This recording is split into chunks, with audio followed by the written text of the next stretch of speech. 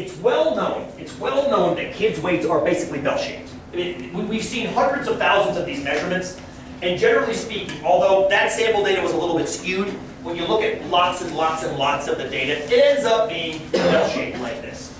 So I'm going to call this mu, if that's okay with you guys.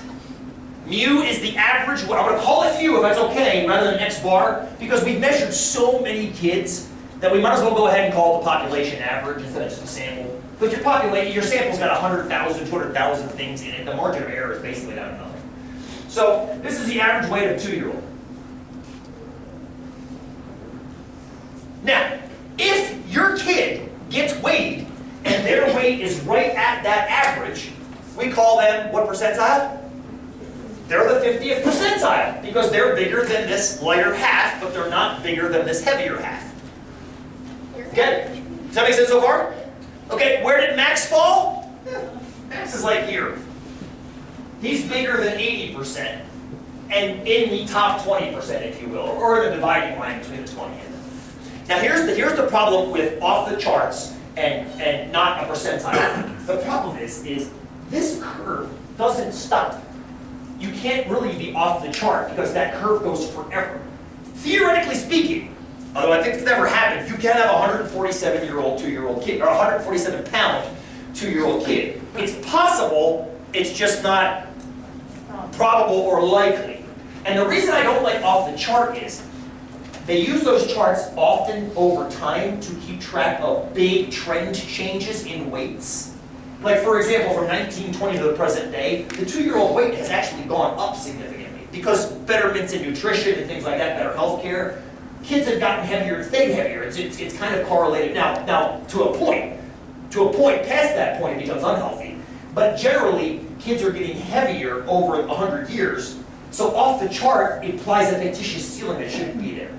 Is that fair, Sean? Now, let's go back to also this 105th percentile. First of all, can you see why you can't have a 105th percentile? You can't be bigger. Okay, let me say this right in English. The highest percentile you can do, we just said, is if you're the highest data point, which makes you the 100th percentile.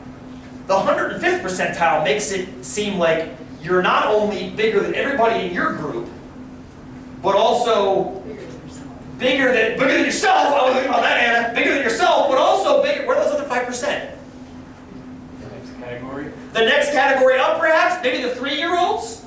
Maybe the 3-year-olds. So here's the fictitious belief that, first of all, it makes you think that this one ends and the next one starts. Well, that's the problem. It doesn't work like that, does it?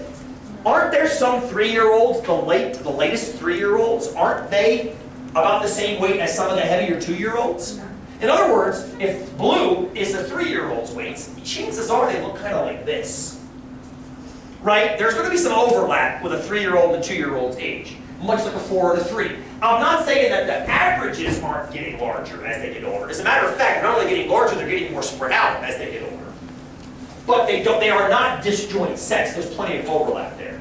So when you say 105th percentile and this off the charts thing, there's no such thing as off the charts. I'll show you the chart they're using momentarily.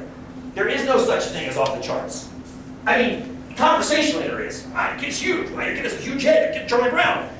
Conversationally, yes. Mathematically, there's no such thing as off the charts. There's always a place for that kid to be.